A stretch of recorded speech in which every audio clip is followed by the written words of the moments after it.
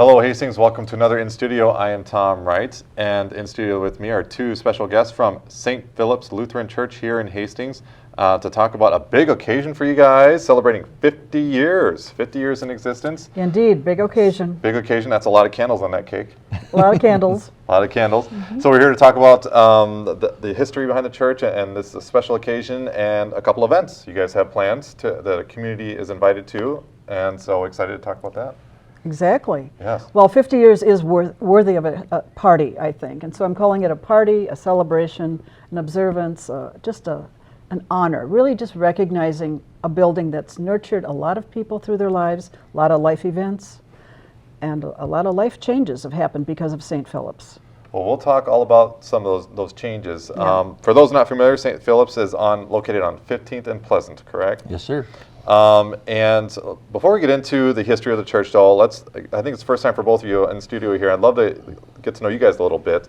Let's start with you, Glenda. You're around since as long as the church has been, I understand. 50 Exactly. years. That's why I have this high interest in it, probably, at least one of the reasons. I came to town in 1967, and this little building at that time was on the corner of 15th and Pleasant, and I came into town by that route on County Road 47. I came into town to find a place to live with my husband, who was going to work up in South Washington County schools. We knew we wanted to live in Hastings, self-contained town, its own government, its own systems, its own recognized amenities, natural resources everywhere. So this was our town, we knew that. And then when I learned that my kind of Lutheran church had just opened its doors, and when I say my kind, you need to be a Lutheran to know that Lutherans do have little different points of reference in terms of some minor theological viewpoints maybe, or the way they do service. But in those days, the American Lutheran Church had they had backed the building of this small structure, and from this small structure then, there'd been a study that the town is growing, by the way. 67, if you studied the Hastings a little bit, you'll know that it was growing significantly. Its school district was growing significantly. Both Pinecrest and Kennedy were opened at that same time. And then this small new American Lutheran Church was being built because the population was growing in new students, new population, and the fact this town did not have this kind of Lutheran church in 1967. In 1967. Yep. And Pastor Geier, I understand that you came aboard not quite 50 years ago. No, about a year and a half or so ago, I was blessed to receive the call to serve as the lead pastor at St. Philip's. And prior to that, I had spent 12 years serving in a small town in southeastern Iowa, and before that, outside about 30 miles east of La Crosse for 10 years in a three-point parish. And so, but I've been very, very blessed to call Hastings home since receiving the call to be here. So very, very grateful for that opportunity. What sort of things did you hear about St. Philip's before you came to town? Well, it was really the whole Hastings community, and one of the things that really drew me into the context of the community was the Hastings Ministerial Association, which is such a strong ecumenical group of so many of our area Christian churches. But also with St. Philip's, they had what's called the ministry site profile, which is they sort of fill out all about what's going on there, and they have my profile about where I feel my gifts were, so that it's a long process in terms of trying to find the right match. But I was really drawn to St. Philip's, one, for the foundation and prayer, and so much is how it is woven through every aspect of virtually every ministry. It's just such an important part of the ministry at St. Philip's. And after visiting and being interviewed by the call committee, just really feeling like this was a good match for both my gifts and the gifts that St. Philip's brings, so it would be a real good partnership in ministry for all of us. And it has proven to be thus far. I've been very, very grateful. Glad to hear that. Let's go back to the history on the church here. It has grown over the years. It's not the same as it once when it originally was built, correct? No. Tell us how big was the building when the first building was built? Well, I almost think about it as a small unit of bricks and mortar that could look easily like a dental office. It had a sanctuary, or the worship room, the all-purpose room, would hold 150 people. But when we organized the church in 1967 in May, only 20 family units or 20 households became the charter members of St. Philip's. So let's just say we're talking under 50 people Yeah. with a sanctuary that will hold 150.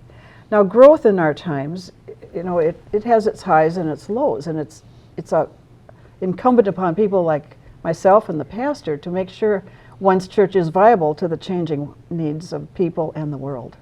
But when pastor mentions the ecumenical spirit here, or the ministerial society, or association, excuse me, that was a draw for not only Pastor Geier, but pastors that came before him. In 1967, I always say this to new members, we were built in a time when our nation was in great stress with Vietnam and civil rights, and there was a lot of discontent. People were questioning the existence of God, and so a church was either liked or disliked by people, and here we are starting this new church. And so consequently, because of the attitudes that was prevailing with a lot of our folks, they would come to our new setting to see, well, how are we looking at the world? Well, first of all, we like to think of everyone as being very welcome there, but in the spirit of the times, Earth Day, conservation, the war in Vietnam, civil rights, all these things were just tearing at people's emotions, and they wanted to find a place where they could sit and dialogue about these concerns with people who would have a listening ear and respond and be able to exchange their viewpoints and be comfortable about it and maybe return.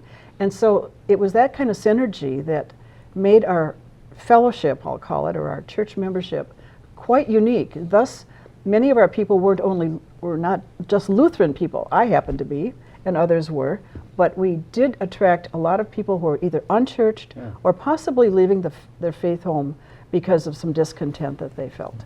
So the ecumenical thing, and I'll say one more thing about how ecumenical we were.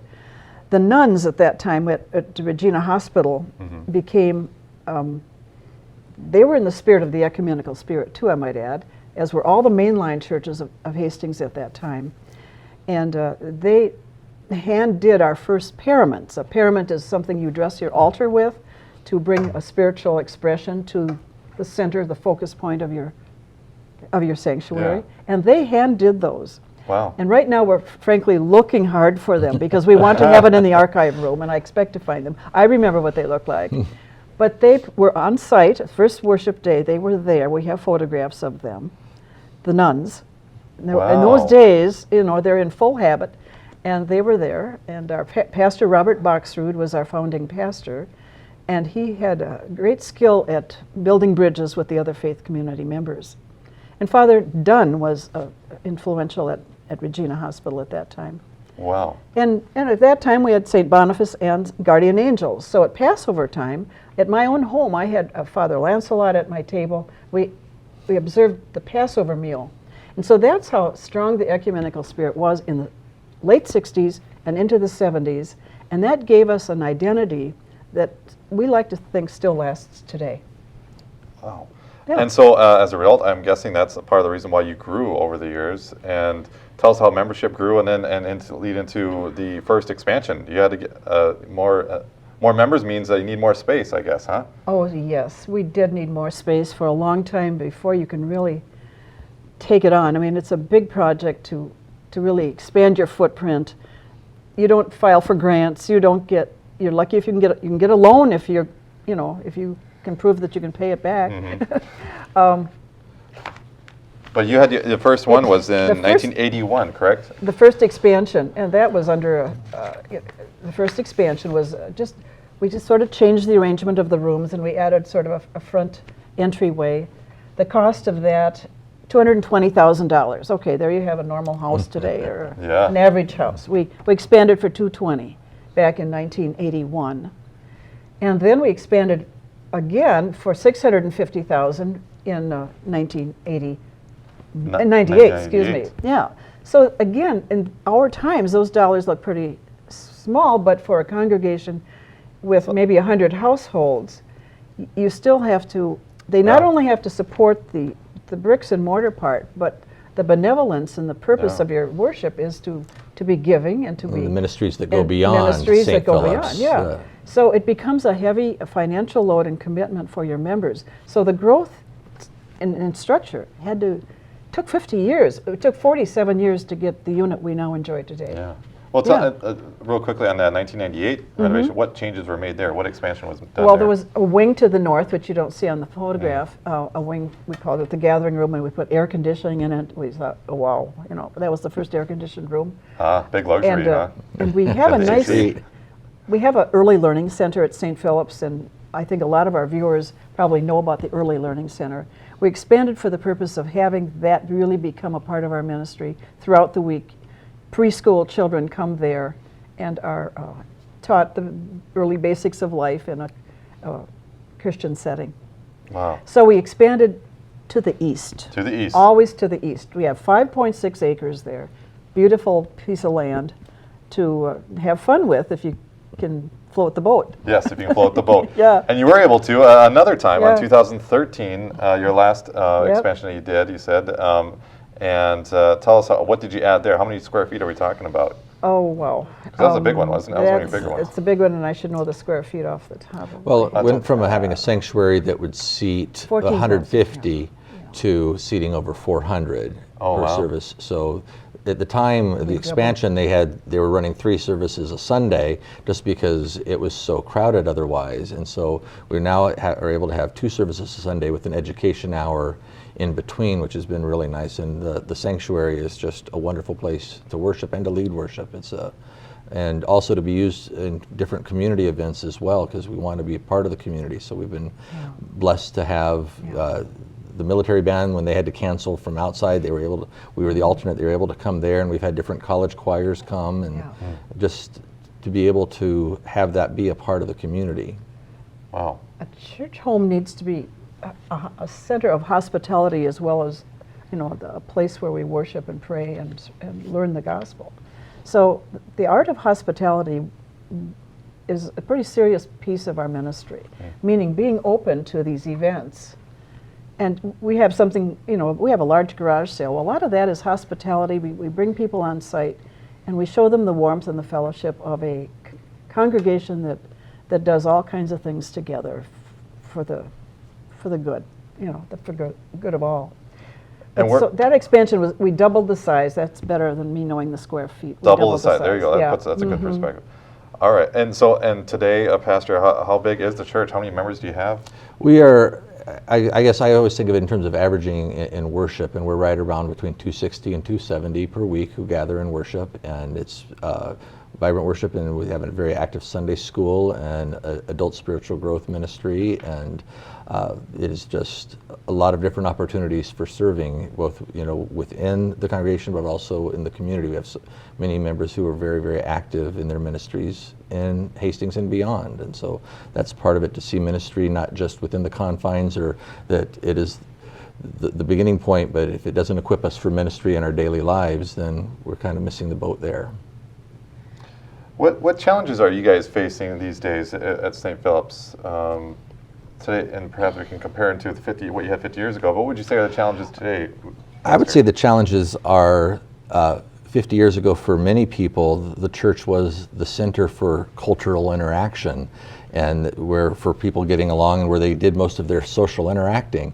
And that's no longer the case. And I think that we are getting busier and busier with more and more commitments, whether it be weekend sports tournaments and traveling teams that are taking us and seeking a higher degree of commitment, where involvement in a community of faith is seen as one of many options on what to do on a Sunday morning, as opposed to these other things. And so it's trying to walk with people on their journeys and to nurture them on their faith journey, even as they're having to make difficult decisions as to exactly how involved do I want to be in my church family.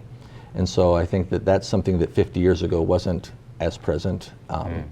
And I think that's something that's a challenge for all Christian communities these days. Yeah.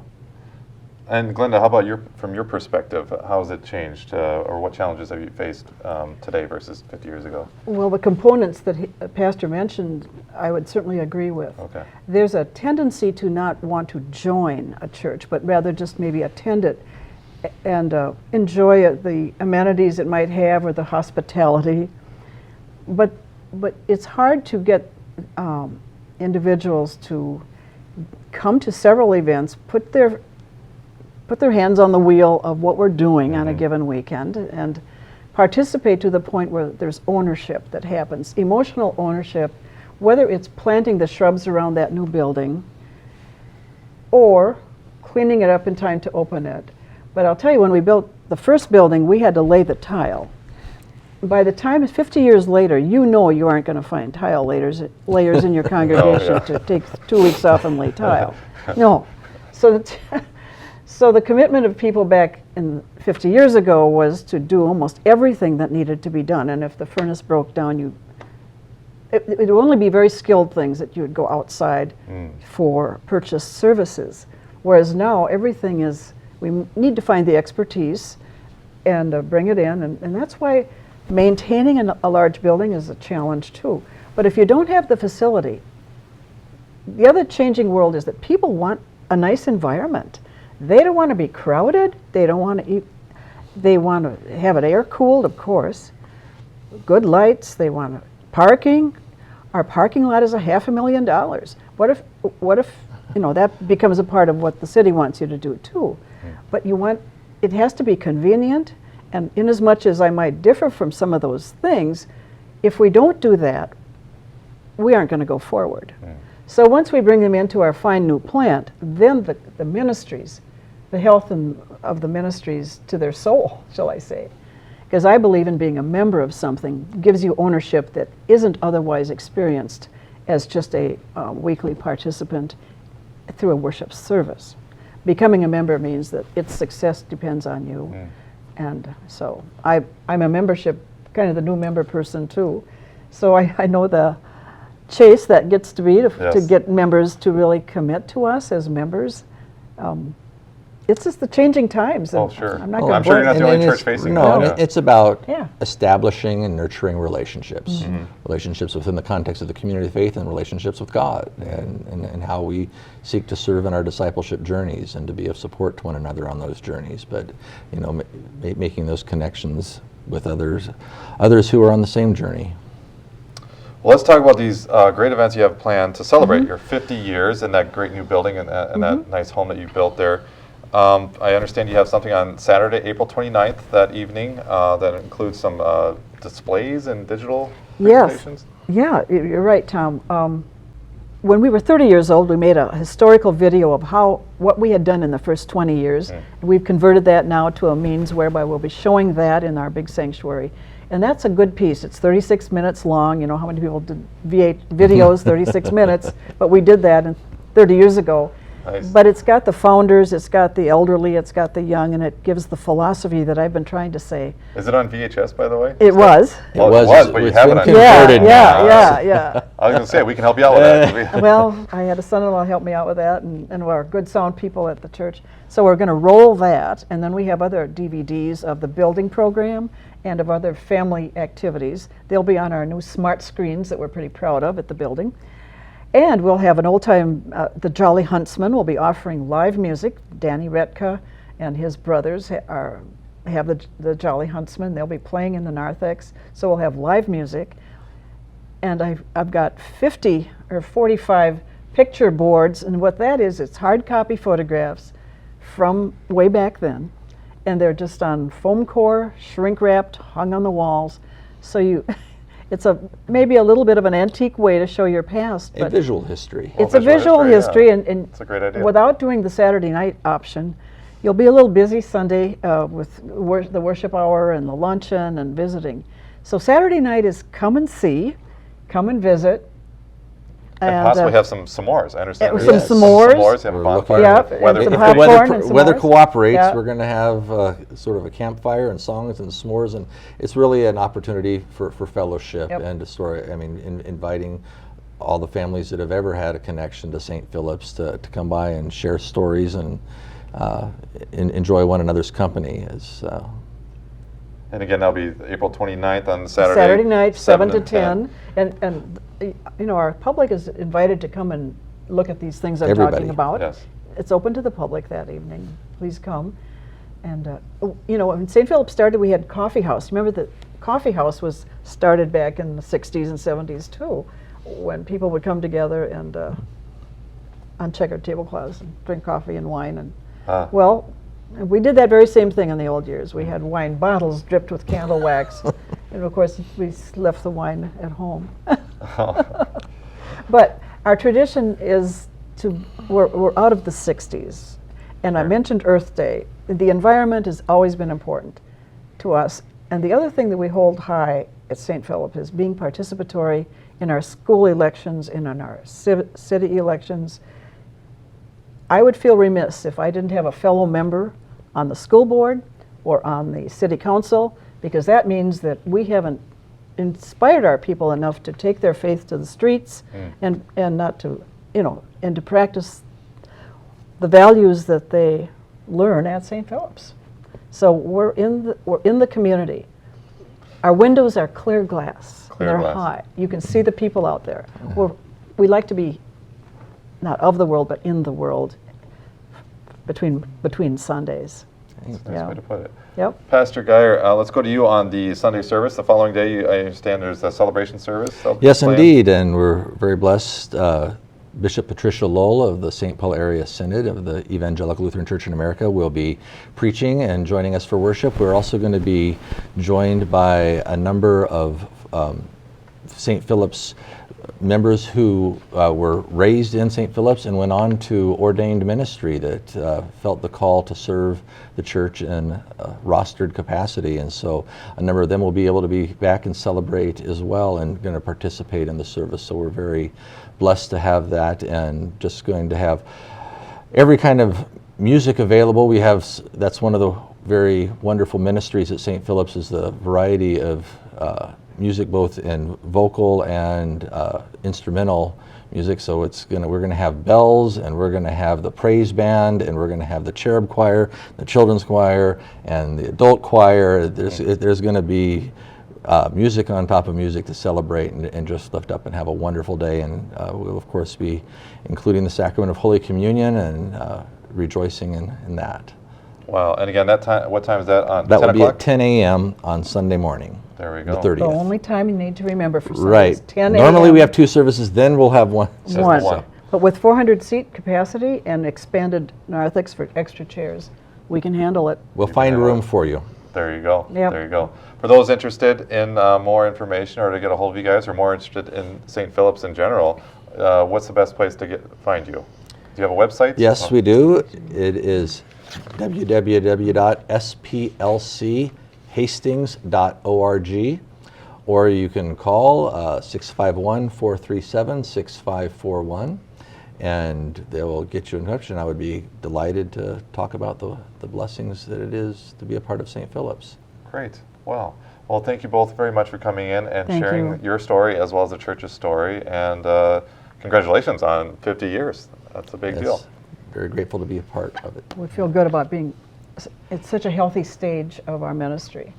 50 years. We're at a time when that doesn't come easy. You have to stay viable and welcoming and all of the above to sustain oneself in the Absolutely. We are very blessed to serve. Yeah. Absolutely. Well, thank you both again with Glenda Shnirring and Pastor Greg Geier of St. Philip's Lutheran Church here in Hastings, celebrating 50 years. Thank you for joining us for this in studio. We'll see you next time.